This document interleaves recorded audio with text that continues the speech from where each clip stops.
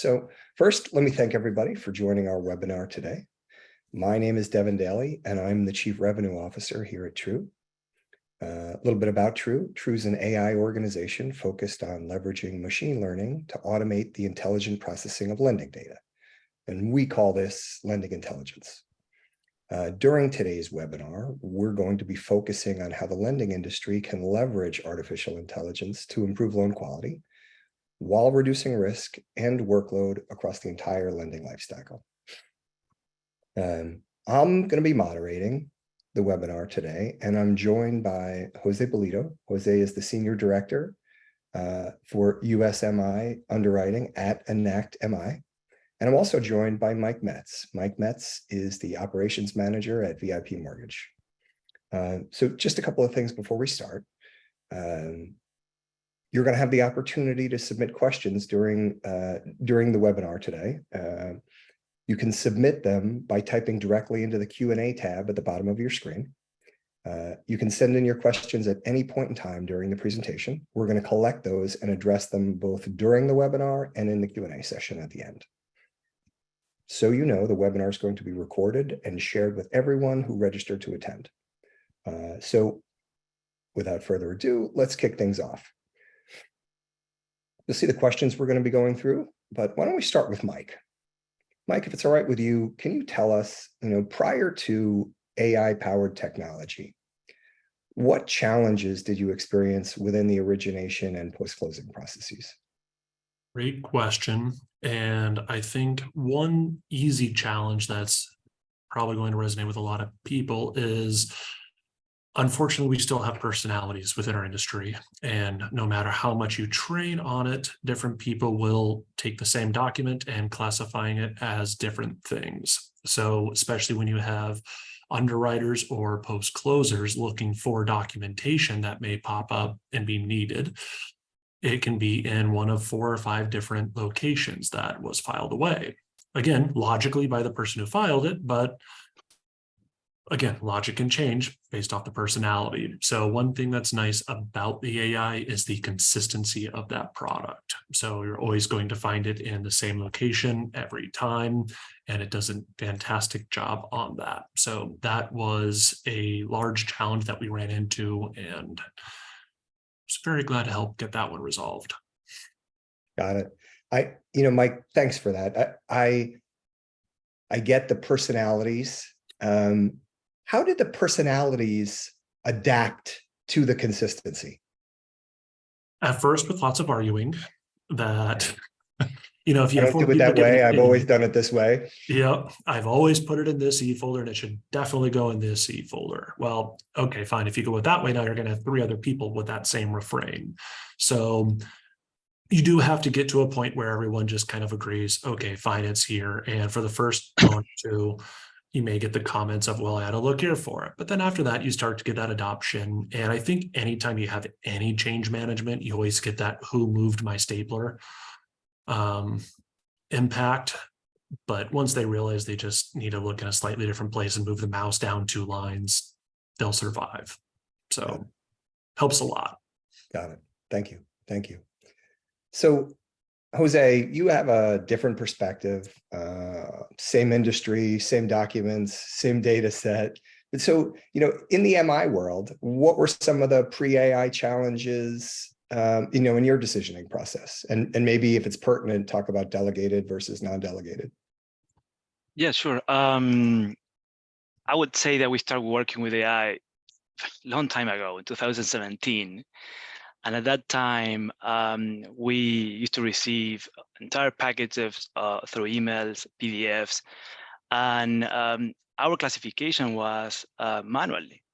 We basically take those packages, split it manually, classifying the 1003s, appraisals, and the different kind of documents. And after that, we start extracting the data manually too. So we used to have a team of, I would say, 30 people doing that manual task, because the volume of packages we receive is very high. Yeah? So after implementation, I would say that automating the classification and the extraction transform the way we work. Yeah, completely eliminate a lot of the manual task and allow us to really be very efficient in the process. All the challenges we experience is that we don't receive complete packages. There's always something missing there. So identifying that very quickly and try to engage with the customer to search and retrieve that missing document was also very positive for us. Got it. Got it. So with regard to, not getting complete packages, right? So I think maybe the two are pretty similar. You didn't get complete packages, but you were able to respond really quickly, I'm guessing, or certainly quicker than you had in the past, with AI technology. Was that also true when you talked about, manual classification and extraction? Were you able to make decisions faster after the implementation of AI? Yes, absolutely. This expedite our process so much that enable better decision, better classification, better extraction. And with that, we're able to build automation on top of that. So by extracting good data, we start automating formulas, automating process, checklist, and all was based on good extraction and classification. Yeah. Yeah. We call that at True, and I think others probably use the same term, automation quality data. There are a lot of automation tools out there, but the way I look at it, you can make bad decisions faster if you don't have high quality data, if you don't have automation quality data, right? So I guess maybe I'm jumping ahead a little bit, but, as a follow-up to these questions, kind of the pre-AI, at True, we've seen similar challenges, and the way, you explained it and articulated, both of you explained it and articulated it. The way we talk about it is it's a challenge to have an elastic business model. Our business is crazy with regard to cycles, and staffing up and down is certainly, it's a big understatement to say it's a challenge, right? So besides having an elastic business model, and, Jose, your customers are lenders, right? And Mike, your customers are the borrowers. So besides having an elastic business model challenge, besides being able to reimagine your customer experience, and even modernize the way, what your manufacturing processes are, how have these challenges in particular impacted your business? And if you could talk a little bit about, what you're doing now. What did you do in the past, right? Elastic business model. Jose, I think you nailed it already. Mike, from an elastic business model or your customer experience, what were you doing, and how has AI helped you change that process? Good question. For me, there's a quote I love. It's not what you don't know that gets you in trouble. It's what you know and just ain't so. And that's where I think the data extraction comes out very handy. And that's where I think AI just does very well with that, is when you're making a decision based off of data that's not correct. That's where you can really get into trouble, because you tend to figure those things out much later in the process, and the amount of time and effort and sometimes actual cost to fix it at that point increases a lot. And that's where having good data and their day one, people are human. They can miss key things, or as I mentioned, you get the incomplete data, which is easy to just, okay, I need to fill this in, hopefully accurately. But if you get it and it's just flat out wrong, and you start making decisions out of that, that can be tough. So that's where you really, at least in my opinion, want to get as much processivity and consistency as possible. The same product coming in looking the same way, so that you can either, one, for scaling up and down, have people work more efficiently because they're not having to sit there and try to figure out what's in there versus what's not. But then also, two, the time factor and the amount of time it takes to get the loan. So if you can add more time on the clock for the later parts of the process to do more diligent review, if you have tougher files coming in due to the market, or you need to be on your A game and outcompete your competitors, whether it's other MI companies or other lenders, if you can get the product done faster with consistent results, that has value. And that is where I believe AI really shines, is it's a heck of a lot faster than I am. Yeah, yeah. Jose, before we turn to you, Mike, you said something I think that's really important. Because there's always a lot of concern about artificial intelligence and eliminating people's jobs. And what you said was, I'm going to repurpose you, right? You're not going to be doing these low-level tasks, extremely important to get data right, but I can automate that. Mm-hmm. There are nuances, I can help you in a pre-underwriting and elevate your role and the things that you're doing to be much more important to our ultimate decision. Is that an accurate restatement of what you said? That is very accurate. And the industry changes and jobs change, and we have to change as well. Otherwise, you're going to be left behind. And a natural reaction to AI is, okay, we're going to completely lay off like a third of our force and do that. And instead, what AI allows you to do is take out the menial parts of the task and do the higher level jobs. Mm-hmm. And that is the big thing about AI, whether it's with capacity, providing automated answers for common questions so that your training team's not answering the same question for the 17th time, and they can actually sit with someone new. True, making sure that, okay, you can go forward and have your processor actually reviewing the income on the VOE versus going through and putting it in the correct E folder and typing in the field numbers correctly. You shouldn't have to have your people just paid based off of how accurately they can key in information. If they can make the same money actually thinking and doing their job and now do it faster, that's the better route to go with AI. Yeah, agreed. Thank you. Jose, maybe let me turn the tables on my last statement. And I'm going to ask you a question. And maybe I'm not going to turn the tables on my last statement. So you said you had 30 people, doing the intake of and the manual classification and data extraction, which undeniably is really important, right? Now you're doing it faster. And I'm going to say this in the context of the fact that we're at a trough. So we've tightened our belts, hopefully as much as they can be tightened. I've gone from a 38 waist down to a 32. I wish.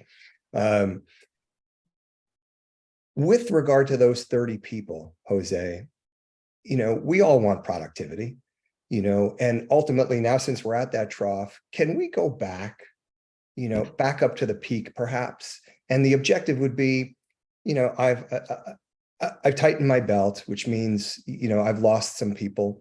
So tell me about what happened to those 30 people, and tell me about, your future, right? When volumes go up 25 and 50 and 100% from where we're at today, are you going to be able to scale with the staff you have today? And was AI a contributor there?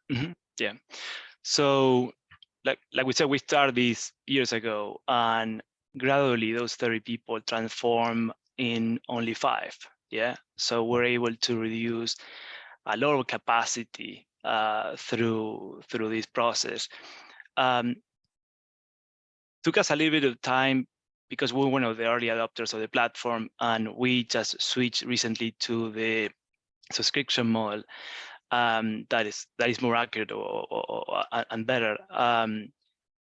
But the process was gradually. As we get comfortable, we gain trust in the system, we implement some QA controls in the back to guarantee that the data was great and the extraction was great. That create confidence in ours to start reducing the capacity. Because only we need 4 people to process maybe 10 million, 20 million pages a year. Escalating is very easy. It's just hiring one more, and that's 20%. Yeah, so has reduced so much the capacity we need that is going up and down is very easy for us. Got it. That's impressive. That's like an 83% reduction in staff. Yep. And what you would expect. It's but it's not only that, it's also and I think that Mike hit on that, the consistency. Yeah, that is error reduction, is the speed, is the even compliance is better with us because we have more more consistency, more controls, and risk. The risk department is happy with this because we know we're extracting the right data, and you don't have the human factor that could key something wrong. Yeah. Let me ask you a question. Our founder and CEO, Ari Gross, he's coined the term, well, I don't know if he's coined the term provable correctness. And provable correctness starts with the foundation that the technology and the automation performs better. The baseline is that it performs better than a human does. It sounds to me as though the artificial intelligence and the machine learning engine that you've deployed is more accurate than the 30 humans that you had in the past. Yeah, we actually tested, and it was around 50% more reaction in errors after we switch to the AI. Got it. And before we go on to the next question, and I think it's kind of directly related, although step 2, what you said about testing it, right? And you said, and forgive me if I get this wrong, getting everybody comfortable with the fact that this is faster, and that's only faster and more accurate. I think that's an incredibly important step to give confidence to everybody in your staff, because otherwise, what Mike said, they're just going to go back to doing it the way they used to. I don't have confidence in the process and the tool, just going to revert to my old behaviors. So that said, as I said, it was step 2. Step 1, when you were selecting an AI vendor, and thinking back on the challenges we just talked about, were the challenges part of that decisioning process? Either one of you. I can start, or Mike, if you want to take it. You first, Jose. So, like I said, we selected AI a long time ago, but we went through a process last year of checking the market, what was there in this space, and we focus in a few areas. Definitely the accuracy and performance, the document types, recognition, the data structure, the API integrations, of course, the cost and return on investment, security and compliance, scalability. So all those things are critical in the decision process. But when we did a comparison last year, we decided to definitely stay with True AI because there was nothing better in the market at that time for the price too. So I think all those components are critical. And I want to let Mike to maybe add some of them if I miss anything. No, I think you hit it on the head. I mean, I think it's good for the people on the call to know that, whereas Jose has his PhD and is over there with like 120 million pages, I'm the kid over here drawing with crayons. So yeah, we were looking at the capacity of it. We were looking at the speed of it. We were looking at the accuracy. Those are all good things. But for us, our biggest thing was system adoption. Is this something that we can implement? And we're both implementing it at one, a much, much smaller size. And 2, are we able to actually implement this and get our people to actually use it? And to me, that's a very big question when looking at the vendor is, and I just saw someone in the chat ask about that, we don't have data scientists on our side. We don't have that large stable of techie people who can do that. So True did do a very good job explaining what that implementation process would look like and working on it together on real files and being able to implement. So, okay, great. Step 1. Step 2 is, can our people actually use it? And on our side, it's they go into the system, they hit the button. Later on, they go on and they see, oh, the button did the job. It's all done. Like, okay, that's a very minimal use case for a shift in processes. I'm undermining some of the other stuff, like, okay, now I have to look into e-folders, but that system adoption, I think, was the last really big factor that we had to vet out. And that to me was probably the biggest impact. Got it. Jose probably did a much better job verifying, what your actual accuracy was compared to your competitors. It's tougher for us to verify that. Yeah. I think those are the table stakes, right? You've got to have stellar document classification, stellar data extraction. The data extraction has to be completely accurate. Otherwise, you can't rely on it for the automation, and that's the whole purpose here, right?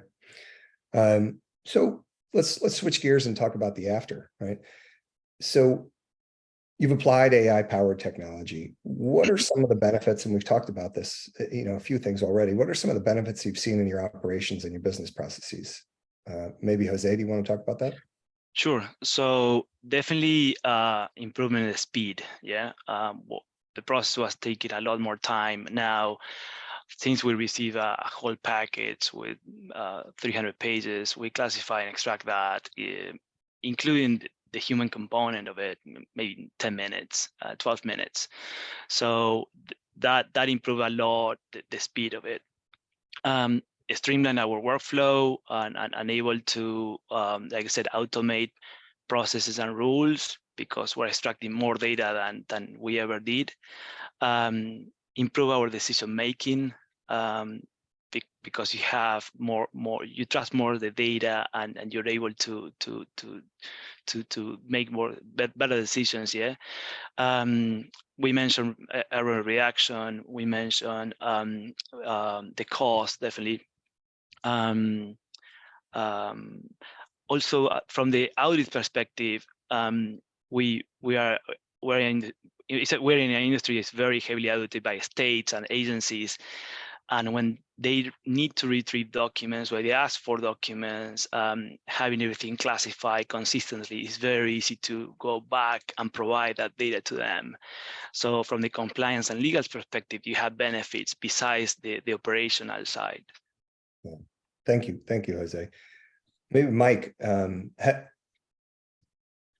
Jose, you provide a unique perspective. I'm interested if there's, and I think there are, really a strong analog between the MI space and the mortgage space. And in particular, Mike, I'm interested, if you've had the same experience, if you've gone through an audit and seen kind of an improved performance when the consistency that you mentioned earlier makes it easier to obtain documents that the auditor is requesting.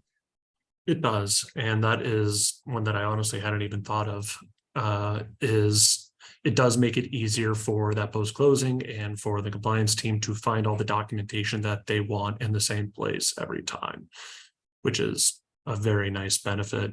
And then also the data, and because it has infinite patients and a whole lot of fields, it's able to take all that data and put it in very carefully, including some stuff that some people may not be as careful about entering.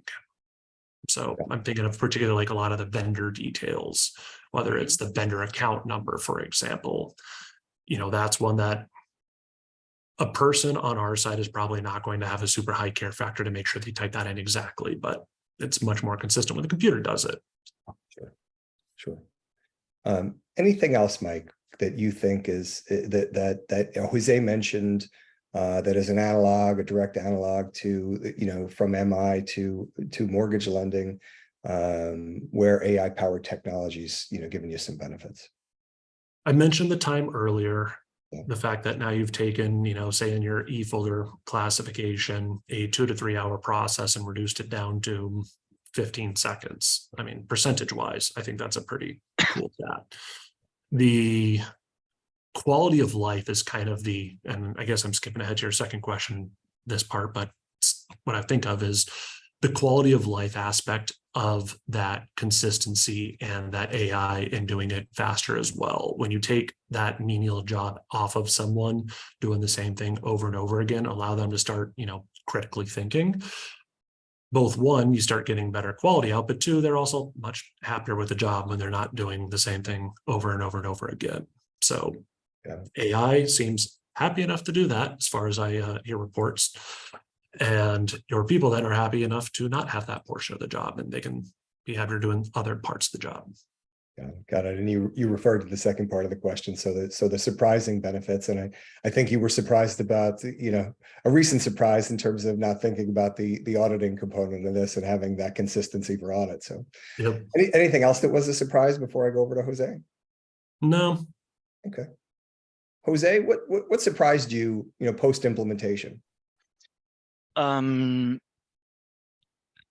would say the customer feedback was very positive because we're turning things faster. we are, by reducing the errors, we stop asking for incorrect documents that probably were in the package too. The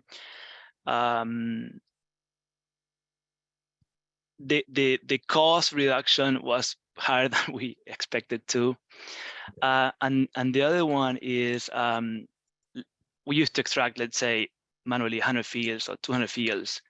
Yeah. Now we're extracting maybe 1,000 fields because it's automated. Yeah, and with that, our label controls, the number of controls has increased because we have so much data available. Yeah, so it's not only replicating what you were doing before.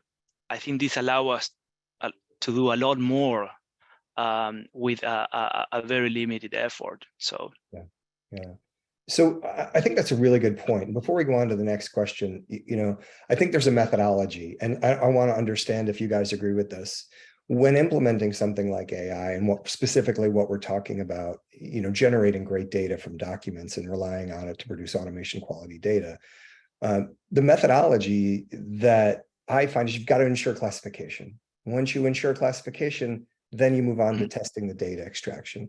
Once you're comfortable with the data extraction, you have the organizational change. And it's at that point, Jose, I think to your point, where you say, now I've got this really rich source of data and it's much broader than I had before. What does that mean for my origination process? What does that mean for how I uncover risk and manage risk? So any thoughts, Mike, on that? Really good question. I think just having more information and more correct bankable information allows you to make better risk decisioning accurately. So I think that's probably the main benefit from that one. Got it. From our side, that enable cross-validation of data between documents. And when you are matching the 3 different sources, you are almost 100% that data field is correct. So cross-validation was pretty important for us too. And I imagine do you take that type of, if there is an inconsistency, do you take that type of information and go back to the lender? So the first thing we do is we take it to a human to review it to see if the documents match, everything match. So we use it to increase the confidence level of the data. So if it doesn't reach the threshold, we'll present to an operator, and yes, it is something off. We will engage with the lender. Got it. I got to imagine that's got to be fairly impressive, especially when you do it in a couple of hours. So I think it's about time where we transition to the Q&A component of our webinar. Just as a reminder to everybody who's in attendance, you can still submit questions through the Q&A panel at the bottom of your screen. We do have a couple of questions already, so why don't I start with the first one? And it reads, I am a new Asian property mortgage lender. We don't have enough historical business records to do training. Are there any new aspects or methods to use alternative data provided by the borrowers to do risk assessment through AI? I think I can address probably the first part of that. From a US-based mortgage industry perspective, we cover the vast amount of documents, and really any vendor should. But we have 850 different document classes and extract close to 10,000 data elements. But Mike and Jose, I'd love to hear your thoughts, as I'm sure the attendee would as well. This will probably fall a bit more into Jose, in that we don't use the AI yet to actually do the risk assessment portion of it. I can mention, you don't have enough business records. We were worried about, because we just didn't know, do I need a huge sample size in order to do this correctly, and found no, you don't.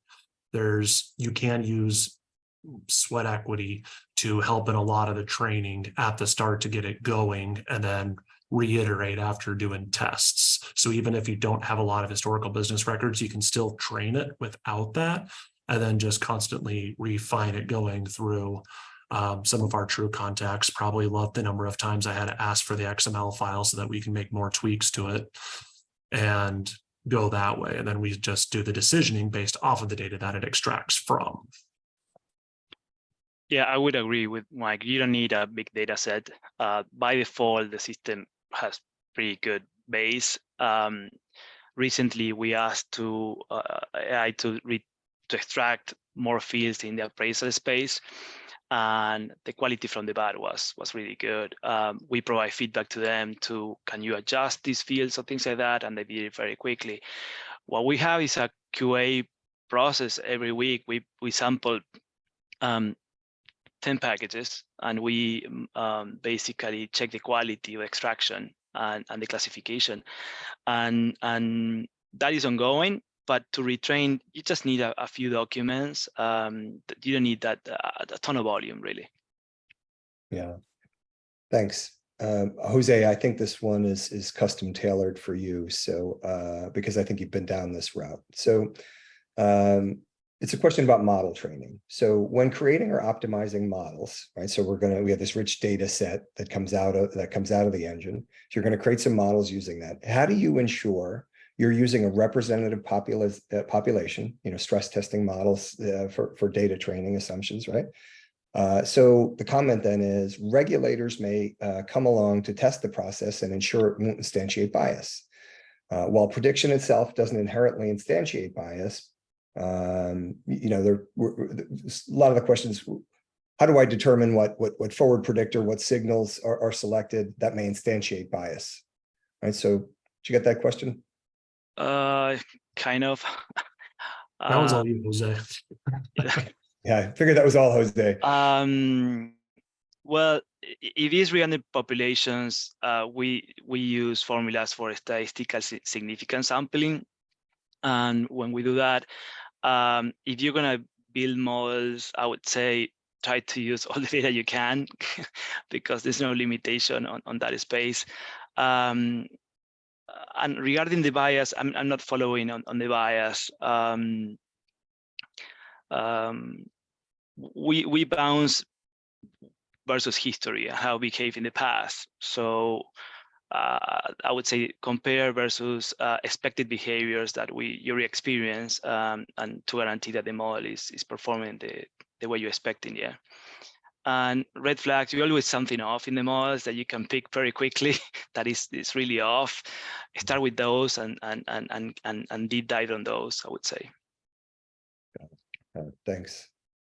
I think we have another question. So this is, I think it goes back to how you guys implemented. What does the onboarding process look like? And if I want to leverage an AI vendor, what do I need to consider when it comes to business processes, people, and implementation?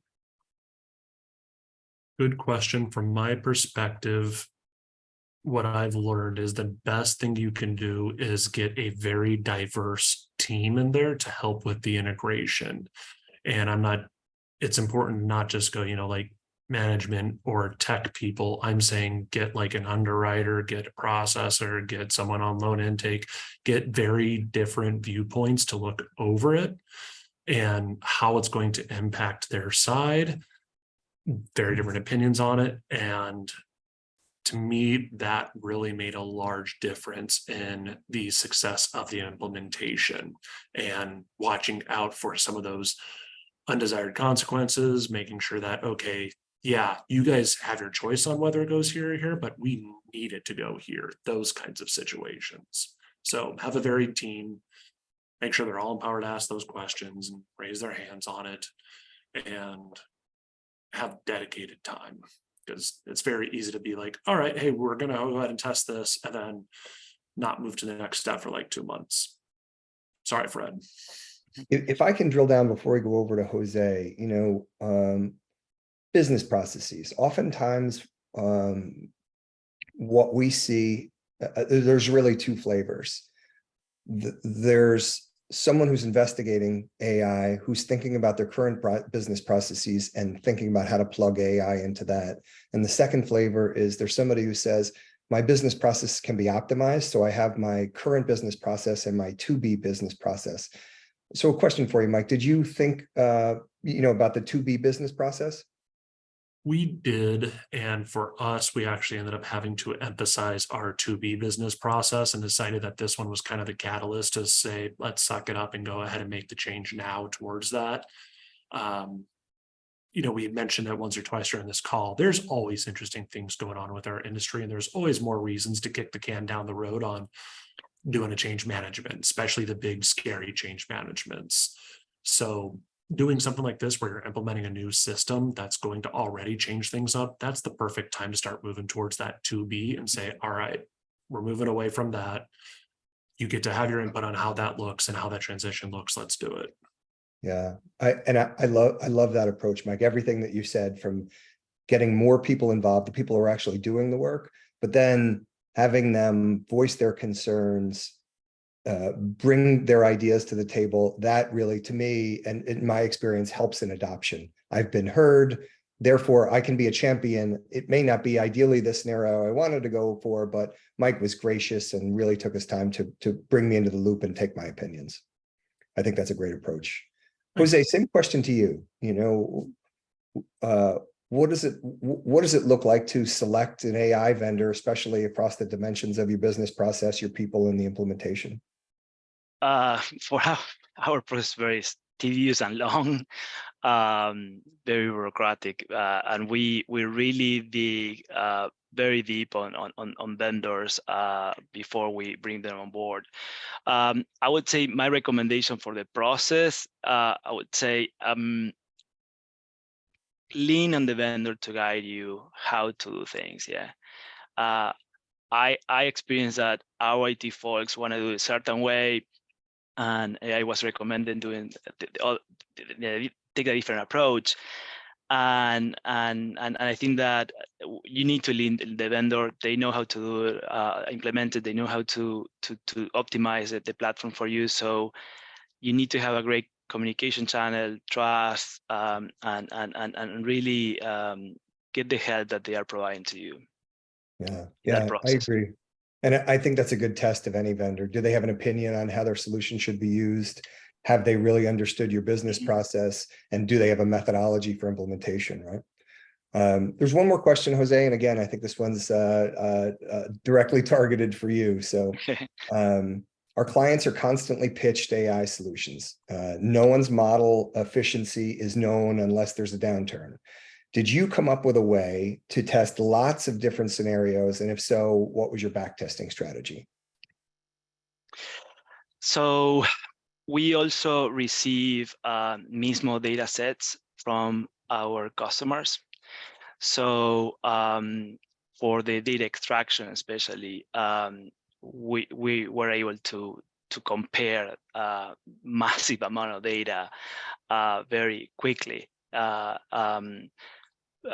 We were not using Mismo a few years ago. Now is fundamental for that cross-validation that I mentioned to you. So we're constantly kind of bouncing digital data we have with the data extracted. Yeah, one of the big things that mortgage insurance does is validate that the documents are reflecting what is in the loan. Yeah, so that has been the way we have been testing massively. Yeah. Got it. So I think we're going to probably start a wrap-up process, but before we do that, key takeaways from either one of you, and Mike, why don't we start with you? Whether it's in implementation, whether it's in selection, whether it's how you look forward on what AI can do for you, or looking backward, what are the key takeaways folks can walk away with today? I think one big key takeaway is, one, it's easier to approach than you probably are thinking, especially at the beginning of the journey. We thought that this was going to be too difficult for someone our size, and that you were going to need teams of engineers and a super giant server, and it's not that way. It is approachable. Got it. From my side, jump in. Yeah, involve your team in the process early, so they buy in early, and they start kind of promoting the solution, and let them be part of the solution. Because one mind the writers understood how this was going to benefit them, the whole dynamic change. And probably we should do that a lot earlier in the process. Yeah, and I think we've touched on that in probably every question we've had here, which is the organizational change component. And you can't possibly even anticipate what the organizational change challenge is going to be unless you involve the people in the process, right? The right people in the process. That's right. So I'm in 100% alignment with that. So with that said, again, we'll start wrapping up. Thanks everybody for attending today's session. If you have any questions or you want to learn more about True, you can visit us at www.true.ai, or you can send us an email at info@true.ai.